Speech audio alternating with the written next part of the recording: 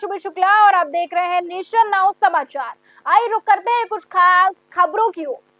दिल्ली में डीडीए की जनसाधारण आवास योजना 2025 की बुकिंग शुरू हो गई है और महज 11.9 लाख में अपना घर पाने का मौका मिला है। इस योजना के तहत नरेला, रोहिणी, रामगढ़ और मोती नगर में ईडब्ल्यूएस और एलआईजी कैटेगरी के 1537 फ्लैट उपलब्ध हैं। रजिस्ट्रेशन के लिए 2500 रुपए की फीस देनी होगी, जबकि बुकिंग के समय ईडब्ल्यूएस के लिए 50,000 और एलआईजी के लिए 1 लाख रुपए जमा करना अनिवार्य है। बुकिंग के बाद 15 मिनट के भीतर पेमेंट करना होगा, नहीं तो फ्लैट ऑटोमेटिक अनलॉक हो जाएगा। डीडीए पोर्टल पर पूरा प्रोसेस ऑनलाइन है। और प्रदेश की राजनीति में आज फिर बयानबाजी तेज हो गई है, जब उप मुख्यमंत्री ब्रजेश पाठक ने अखिलेश यादव पर जमकर हमला बोला है। उन्होंने कहा कि सत्ता से दूर होने की जलन में अखिलेश बीजेपी, मोदी और योगी तक का विरोध करते करते अब भारत माता तक के खिलाफ बोल रहे हैं। बिहार चुनाव के नतीजों को लेकर भी उन्होंने तंज कसा है और कहा है कि जाति गोलबंदी की कोशिश नाकाम रही। ब्रजेश पाठक ने यह भी सवाल उठाया कि आखिर सपा नेताओं को मतदाता सूची की सफाई से डर क्यों लग रहा है।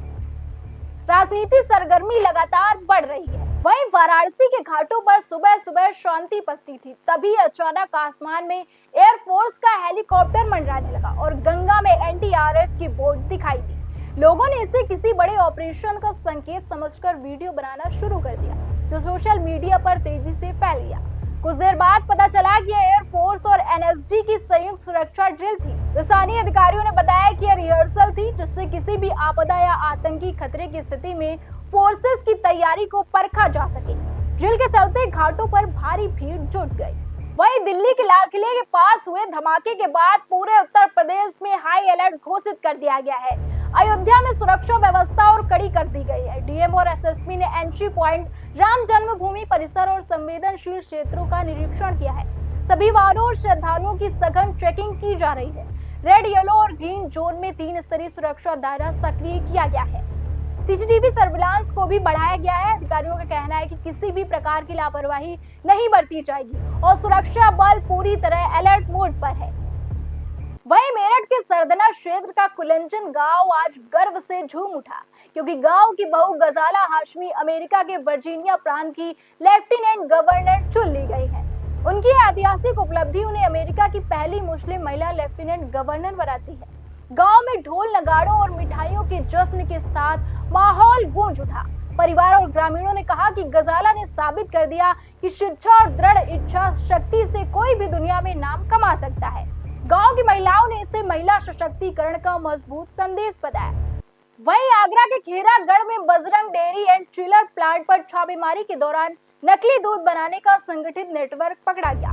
खाद्य सुरक्षा विभाग की टीम को यहां skimmed milk powder, palm oil, वनस्पति तेल, सर्विटोल और अज्ञात केमिकल का मिश्रण मिला, जिससे रोजाना 10,000 लीटर तक नकली दूध बनाया जा रहा था। मौके से 5300 लीटर मिलावटी दूध जब्त कर नष्ट कराया गया। डेयरी मालिकों पर एफआईआर दर्ज की गई है। अधिकारी इसे बड़े स्तर पर चल रही मिलावटखोरी का हिस्सा बता रहे हैं, जिसकी सप्लाई आगरा से दिल्ली तक जाती है। वहीं फरुखाबाद के मसैनी चौराहे पर रामा टायर की दुकान में हवा भरने वाला टैंक अचानक फट गया, जिससे जोरदार धमाका हुआ।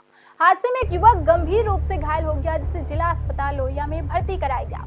विस्फोट इतना तेज था कि दुकान में खड़ी कई बाइकें क्षतिग्रस्त हो गईं और पास की दीवार भी गिर गई। स्थानीय लोग दहशत में आ गए। पुलिस मौके पर पहुंचकर जांच में जुट गई है।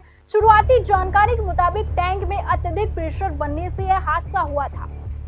वहीं दिल्ली ब्लास्ट के बाद कानपुर में हाई अलर्ट जारी है और सुरक्षा चेकिंग बढ़ा दी गई है। इसी जांच के दौरान पुलिस ने 2 गाड़ियां सीज कर दी है, क्योंकि वे पुलिस की कैब सामने रखकर चल रही थी और उन्हें चला रहे थे लोग पुलिस कर्मचारी नहीं थे, बल्कि उनके बेटे थे। पुलिस कमिश्नर के निर्देश पर पूरे शहर में सख्ती बढ़ाई गई है। संवेदनशील क्षेत्रों में खास निगरानी रखी जा रही है। अधिकारियों का कहना है कि सुरक्षा के ऐसे समय में वाहन पर पुलिस की पहचान का दुरुपयोग गंभीर अपराध माना जाएगा। वहीं शाहजहांपुर के रौली बोरी गांव में जिला प्रशासन ने बड़ी कार्रवाई करते हुए शमशान की जमीन पर बने दर्जन भर अवैध निर्माण को जेसीबी से ध्वस्त कर दिया। कार्रवाई के दौरान कई परिवार रोते बिलखते नजर आए। प्रशासन का कहना है कि यह जमीन सार्वजनिक उपयोग के लिए आरक्षित है और उस पर वर्षों से कब्जा किया जा रहा था। पुलिस बल के मौजूदगी में पूरी कार्यवाही शांतिपूर्वक पूरी की गई। अधिकारियों ने कहा कि अब इस जमीन को चिन्हित कर सुरक्षित किया जाएगा और किसी भी अवैध कब्जे को दोबारा नहीं होने दिया जाएगा।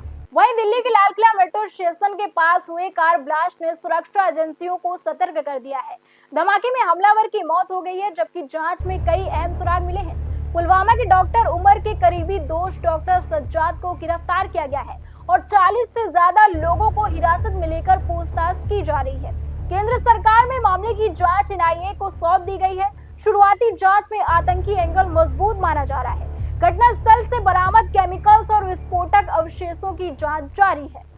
ऐसे ही खबरों को देखने के लिए बने रहिए हमारे साथ और देखते रहिए नेशन नाउ समाचार।